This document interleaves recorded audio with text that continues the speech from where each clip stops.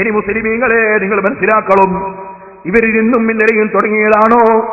നമ്മുടെ SYS-ഉം SSF ഒക്കെ പ്രവർത്തന രംഗത്ത് വരുന്നതിന് മുമ്പ് ഇവരെത്ര ജാറമാണ് ഇവിടെ പൊളിച്ചത്, എന്തെല്ലാം നാശങ്ങളാണ് ഇവിടെ വരുത്തിയത്. സുന്നത്ത് ജമാഅത്തിന്റെ സംഘടനകളില്ലാത്ത കാലത്ത് നിങ്ങൾ കണ്ടോ ഇത് മുജാഹിദിന്റെ ജിഹാദ് സ്പെഷ്യൽ.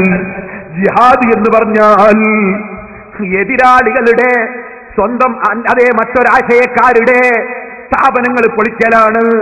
ജിഹാദ് എന്ന് പറഞ്ഞാൽ മറ്റുള്ളവരെ കൊല്ലലാണ് എന്ന് ഇവിടെയുള്ള എല്ലാ കക്ഷികളെയും തെറ്റിദ്ധരിപ്പിച്ചത് മുജാഹിദേ ജിഹാദ് ചെയ്യുന്നവരെന്ന അർത്ഥപ്രകാരം പേര് സമ്പാദിച്ച നിങ്ങളല്ലേ. എന്നിട്ട് പിന്നെ ഞങ്ങളെപ്പറ്റി അങ്ങനെ പറഞ്ഞു കളഞ്ഞു എന്ന് ഏതെങ്കിലും രാഷ്ട്രീയ നേതാക്കന്മാരെ പറ്റി വിലപിച്ചിട്ട് കാര്യമുണ്ടോ? നിങ്ങൾ ചെയ്യുന്ന തീവ്രവാദങ്ങൾ ഇവിടെ എല്ലാവരും കാണുന്നില്ലേ? നിങ്ങൾ തന്നെ എഴുതിയത് വായിക്കട്ടെ. MSM ഇടവണ്ണ ശാഖ ജിഹാദ് സ്പെഷ്യൽ 87. എന്താണ് വായിക്കുന്നത് കേട്ടോ? വിഗ്രഹധ്വംസനം അഥവാ ജാറംപൊളി. വിഗ്രഹധ്വംസനം അഥവാ ജാറംപൊളി. അപ്പൊ വിഗ്രഹമാണ് ജാറമെന്നും വിഗ്രഹം ധ്വംസിക്കണം അഥവാ ജാറം പൊളിക്കണം എന്നല്ലേ നിങ്ങളെ ഹെഡിങ്? കേട്ടോളി. വലിയ പള്ളിയുടെ ഒരു ചെരുവിൽ നിർമ്മിച്ചിരുന്ന ജാറം പൊളിച്ചു മാറ്റാൻ തൗഹീദിന്റെ ആളുകൾ തീരുമാനിച്ചു. അലവി മൗലവിയുടെ നേതൃത്വത്തിലായിരുന്നു ഈ തീരുമാനം. വെള്ളിയാഴ്ച ഖുതുബയ്ക്ക് ശേഷം പൊളിക്കുക തീരുമാനം ഇത്തിതമായിരുന്നു. എന്നാൽ ഈ വെള്ളിയാഴ്ച മറ്റൊരു പ്രധാന സംഭവത്തിന് കേരളക്കര ആദ്യമായി സാക്ഷ്യം വഹിക്കുകയായിരുന്നു. കേരളത്തിൽ സ്ത്രീകളെ പങ്കെടുപ്പിച്ചുകൊണ്ട് ആദ്യമായി ഒരു ജുമ സംഘടിപ്പിക്കുവാൻ ഒതായിലെ PV മുഹമ്മദ് ഹാജി തീരുമാനിച്ചു. ഈ ജുമ ഉദ്ഘാടനം ചെയ്യാൻ അലവി മൗലവി പോയതുകൊണ്ട് ഒതായിലെ മോയിൻകുട്ടി മൗലവിയെ എടവണ്ണയിൽ ഖുതുബ നിർവഹിക്കാൻ നിയോഗിച്ചു. അദ്ദേഹത്തിന്റെ ജുമാ ഖുതുബയ്ക്ക് ശേഷം ധീര മുജാഹിദുകൾ ജാറം പൊളിക്കുവാൻ വേണ്ടി തയ്യാറെടുത്തു. മുഹമ്മദ് നബിയും സഹാബിമാരും ഉയർത്തപ്പെട്ട ജാറങ്ങൾ പൊളിച്ചു മാറ്റിയിരുന്നത് ഭരണാധികാരം ലഭിച്ച ശേഷവും നാട് ഫത്ഹായതിനു ശേഷവുമായിരുന്നു. പച്ചക്കള്ളം. അല്ലാഹുവിന്റെ റസൂൽ പൊളിച്ച ജാറം ഏത് മഹാന്റെതാണ് മൗലവിമാരെ? സഹാബത്ത് പൊളിച്ചത് ഏത് മഹാന്റെ ജാറമാണ് മൗലവിമാരെ? സനദ് സഹിതം പറയൂ സലഫി മുതൽക്ക് റസൂലുള്ള വരെയുള്ള സനദോടെ വായിക്കൂ മൗലവി. റസൂലുള്ള പൊളിച്ച ജാറന്മാരുടേതാണ്. ഏത് ജാറമാ പൊളിച്ചത്? നിങ്ങൾ സാധാരണ വായിക്കുന്ന ഒരു ഹദീസുണ്ട്. അതിന്റെ അർത്ഥം ഇമാം നവവി ശറഹുൽ മുഹദ്ദബിൽ പറഞ്ഞിട്ടില്ലേ? ഇമാം ഖസ്സലാനി ശറഹുൽ ബുഖാരിയിൽ പറഞ്ഞിട്ടില്ലേ? വലാ ഖബറ മുശ്രിഫൻ ഇല്ലാ സബൈതുഹു. അതേ മുശ്രിഫായ ഖബറിനെ തസ്വിയത്ത് ചെയ്യണമെന്ന് അല്ലാഹുവിന്റെ റസൂൽ പറഞ്ഞു. അതിന്റെ മഅന എന്താണ്? അത്തസ്ബീഹു. അതുകൊണ്ടുള്ള ഉദ്ദേശം കൂർത്തു നിൽക്കുന്ന ഖബർ അല്പം പരത്തണമെന്നാണ്, ജാറം പൊളിക്കണമെന്നല്ല എന്ന് ഇമാം നവവി ശറഹുൽ മുഹദ്ദബിൽ പറഞ്ഞിട്ടില്ലേ? ഇമാം ഖസ്സലാനി ബുഖാരിയുടെ ശറഹിൽ പറഞ്ഞിട്ടില്ലേ? ആ ഹദീസ് ജാറം പൊളിയല്ലല്ലോ, കൂർത്തു നിൽക്കുന്ന ഖബർ പരത്തണമെന്നല്ലേ ആ ഹദീസിൽ പറഞ്ഞത്? നിങ്ങൾക്ക് ഏതാണ് ഹദീസ് മൗലവിമാരെ? ഞാനിതാ ചോദിക്കുന്നു. മൗലവി ഇപ്പം വന്നപ്പോ പറയുന്നു ഞാൻ വെല്ലുവിളിക്കുന്നില്ല.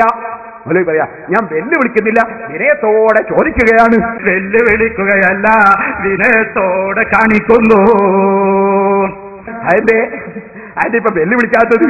മുമ്പ് കാലത്ത് വെല്ലുവിളിക്കുന്ന പേരോടെ ഒന്ന് കാണിച്ചു തന്നാ ചെരുപ്പെടുക്കും അറിഞ്ഞില്ലല്ലോ. ഇപ്പൊ എന്റെ വെല്ലുവിളിക്കാത്തത്? വെല്ലുവിളിയുടെ പൂതി മാറിയല്ലേ? കരയുദ്ധമാണ് മൗലവി. വെല്ലുവിളിയുടെ പൂതി മാറിയല്ലേ? ഇപ്പൊ മൂപ്പര് വിനയത്തോടെ ചോദിക്കുകയാണ്. എന്നാ ഞാൻ പറയട്ടെ, വിനയത്തോടെ ചോദിക്കുന്നൊന്നുമില്ല, വെല്ലുവിളിക്കുകയാണ് മൗലവി. വെല്ലുവിളിക്കുകയാണ് മൗലവി. അള്ളാന്റെ റസൂല് പൊളിച്ച ജാറമേതാണ്? ഏത് മഹാന്റെ ജാറമാ പൊളിച്ചത്? ഏത് മഹാന്റെ ജാറമാ പൊളിച്ചത്? ഏത് വലിയുടെ ജാറമാ പൊളിച്ചത്? ഏത് നബിയുടെ ജാറമാ പൊളിച്ചത്? പറയണേ മൗലവിമാരെ. സലഫിക്ക് മാത്രമല്ല, ജീവിച്ചിരിക്കുന്ന മുജാഹിദ് ജമാഅത്ത് ഇസ്ലാമിയുടെ ജാറം പൊളിയം മൗലവിമാർ എവിടെയുണ്ടോ അവർക്കെല്ലാം എന്റെ ചോദ്യം ബാധകമാണ്. കുറ്റ്യാടി ഞാൻ പോയത് വെറുതെയല്ല. 1964 പള്ളിയുടെ പടിഞ്ഞാറ് ഭാഗത്തുണ്ടായിരുന്ന ഔലിയായുടെ മഖാം എന്ന് വിളിക്കുന്ന ആ നീളമുള്ള ഖബർ ചില ചെറുപ്പക്കാർ ചേർന്ന് പൊളിച്ചു നീക്കിയെന്ന് ഈ ചിയ്യൂർക്കാരനായ മൊയ്ദ് മൗലവി, ജമാഅത്ത് ഇസ്ലാമിയുടെ നേതാവ് മൊയ്ദ് മൗലവി കുറ്റ്യാടിയിലെ ഖാദി എഴുതി വെച്ചിട്ടുണ്ട്. കുറ്റ്യാടി ഓർമ്മകൾ എന്ന പുസ്തകത്തിൽ എഴുതി വെച്ചിട്ടുണ്ട്. ആ ജാറം പൊളിച്ച സ്ഥലത്ത് പോയിട്ടാണ് മൗലവിമാരെ അള്ളാഹുവിന്റെ തൗഫീഖ് കൊണ്ട് 54 പള്ളി റബ്ബിന്റെ തൗഫീഖ് കൊണ്ട് നിർമ്മിച്ചിട്ടുണ്ട്. നിർമ്മിച്ചിട്ടുണ്ട്. നിങ്ങളോട് പറയട്ടെ, അതേ സ്ഥലത്ത് പോയിട്ടാണ് 25 മദ്രസ നിർമ്മിച്ചിട്ടുണ്ട്. അവിടെ പോയിട്ടാണ് റബ്ബിന്റെ തൗഫീഖ് കൊണ്ട് 8 ഇംഗ്ലീഷ് മീഡിയം സ്കൂളുകൾ സ്ഥാപിച്ചിട്ടുണ്ട്. 6000-ലധികം കുട്ടികൾ ഇംഗ്ലീഷ് മീഡിയം സ്കൂളുകളിൽ പഠിക്കുന്നുണ്ട്. എത്രയും കുട്ടികൾ ഫ്രീ ആയി പഠിക്കുന്നുണ്ട്. ഹരിയാനയിലുള്ള ചെറിയ മക്കൾ, ഉറുദുക്കാരായ ചേരി പ്രദേശങ്ങളിലുള്ള പാവപ്പെട്ട മക്കൾ അവിടുന്ന് പഠിക്കുന്നുണ്ട്. ഭൗതിക വിദ്യാഭ്യാസവും ആത്മീയ വിദ്യാഭ്യാസവും ഉണ്ട്. ഖുർആൻ മനപ്പാഠമാക്കുന്ന 100 മക്കളുണ്ട്. ശരീഅത്ത് കോളേജിൽ 100 കുട്ടികൾ പഠിച്ച് പണ്ഡിതന്മാരായി അൽഹംദുലില്ലാഹ് ഓലസെറ്റിൽ പഠിച്ച ഈ നൗഷാദ് സഖാഫി റബ്ബിന്റെ തൗഫീഖ് കൊണ്ട് ഏത് മൗലവിക്ക് ധൈര്യമുണ്ട് ഈ ചെറുപ്പക്കാരനായ നൗഷാദ് സഖാഫി അയച്ചു തരാം, നേരിടാൻ ധൈര്യമുണ്ടോ മൗലവിമാരെ? അങ്ങനത്തെ 100 മക്കളെ അല്ലാഹുവിന്റെ തൗഫീഖ് കൊണ്ട് സിറാജുൽ ഹുദ വളർത്തിയെടുത്തിട്ടുണ്ട്. ചോദിക്കട്ടെ മൗലവിമാരെ, സദാ ദഅവാ കോളേജിൽ MA-ക്ക് MBA-ക്ക് പഠിക്കുന്നു. ഇപ്പോൾ ഇൻഷാ അല്ലാഹ് ഒരു PG എടുക്കും. അതേ സമയത്ത് പണ്ഡിതന്മാരാകും. അതിന് ദഅവാ കോളേജ് നടക്കുന്നുണ്ട്. ചോദിക്കട്ടെ മൗലവിമാരെ, നിങ്ങൾക്ക് ഞാൻ പിരിവെടുക്കുന്നതിന് വിഷമമുണ്ടല്ലേ? പിരിവെടുത്തിട്ട് നിങ്ങളെപ്പോലെയല്ല ഞാൻ പിരിവെടുത്തതിൽ എന്റെ സംഘടനയിൽ ഒരാൾക്കും ഇന്ന് വരെ തർക്കമുണ്ടായിട്ടില്ല, എന്റെ നേതാക്കൾക്കുണ്ടായിട്ടില്ല, എന്റെ കൂടെയുള്ളവർക്കുണ്ടായിട്ടില്ല. നിങ്ങൾ പിരിവെടുത്തിട്ടോ മൗലവിമാരെ? നിങ്ങൾ പിരിവെടുത്തിട്ടുള്ള അവസ്ഥ ഞാൻ കാണിച്ചു തരാം. ഞാൻ ചോദിക്കട്ടെ, നിങ്ങൾക്ക് മഖബറ പൊളിക്കണമല്ലേ? ഞങ്ങളെ മഖബറ പൊളിച്ചത് കൊണ്ടാണ് ഞാൻ കുറ്റിയാടിയിൽ പോയി ഓല സെറ്റ് കെട്ടിയിട്ട് എനിക്ക് എന്റെ വീട്ടിൽ തലേണി വെക്കാനും കിടക്കയിടാനും അല്ല തന്നിട്ടുണ്ട്. ഞാൻ നാദാപുരത്തുനിന്നാ പറയുന്നത്. ആർക്കെങ്കിലും സംശയമുണ്ടോ? ഞാൻ ഇന്നുവരെ ഓ മൗലവി നിങ്ങളെപ്പോലെ ജീവിച്ചിട്ടില്ല, ഇന്നുവരെ ശമ്പളം പറ്റിയിട്ടില്ല. ഞാൻ നിങ്ങളോട് ചോദിക്കട്ടെ, നിങ്ങളെപ്പോലെ ജീവിച്ചിട്ടില്ല.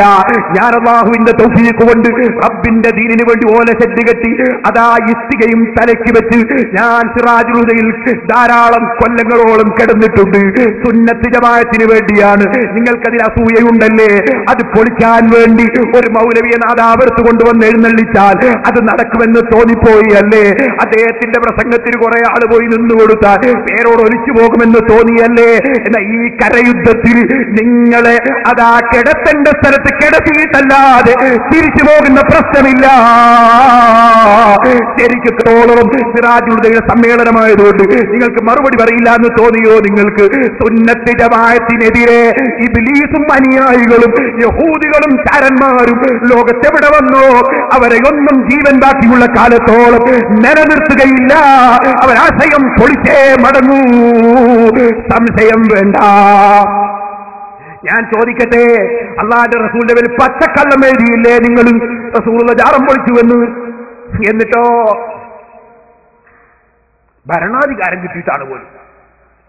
ശേഷവും നാട് ഫത്ഹായതിനു ശേഷവുമായിരുന്നു. എന്നാൽ ഇടവണ്ണ ഫത്ഹാവുന്ന മുമ്പാണ് ഈ ധീരത ഇടവണ്ണയിലെ മുജാഹിദുകൾ പ്രകടിപ്പിച്ചതെന്ന് വാനക്കാര് പ്രത്യേകം ശ്രദ്ധിക്കേണ്ടതാണ്. മുഹമ്മദ് നബി ഭരണം കിട്ടിയിട്ടാ ജാറം പൊളിച്ചത്. ധീര മുജാഹിദുകൾ ഭരണമില്ലാതെ തന്നെയാ പൊളിച്ചത്. ഓ മുസ്ലിമീങ്ങളെ, ചോദിക്കട്ടെ, അല്ലാഹുവിന്റെ റസൂലിന്റെ പേരിൽ പച്ചക്കള്ളം, അതിന്റെ പുറമെ എന്തിനാണോ തീവ്രവാദം എന്ന് പറയുന്നത്? ഒരു രാജ്യത്ത് വ്യവസ്ഥാപിതമായ ഭരണം നടക്കുമ്പോ ആ ഭരണത്തിന്റെ നിയമങ്ങൾ അംഗീകരിക്കാതെ, അവിടെയുള്ള നിയമപാലകന്മാരെ അംഗീകരിക്കാതെ, കോടതിയെ വകവെക്കാതെ സ്വയം നിയമം കയ്യിലെടുക്കുന്നതിന്റെ പേരല്ലേ തീവ്രവാദം? ഈ തീവ്രവാദമല്ലേ നിങ്ങൾ ഇവിടെ നടത്തിയത്? ഈ തീവ്രവാദത്തിനെതിരെ ശബ്ദിച്ചതിന്റെ പേരിലല്ലേ ഉസ്മാൻ റളിയല്ലാഹുവിന്റെ തലവെട്ടിപ്പോയത്?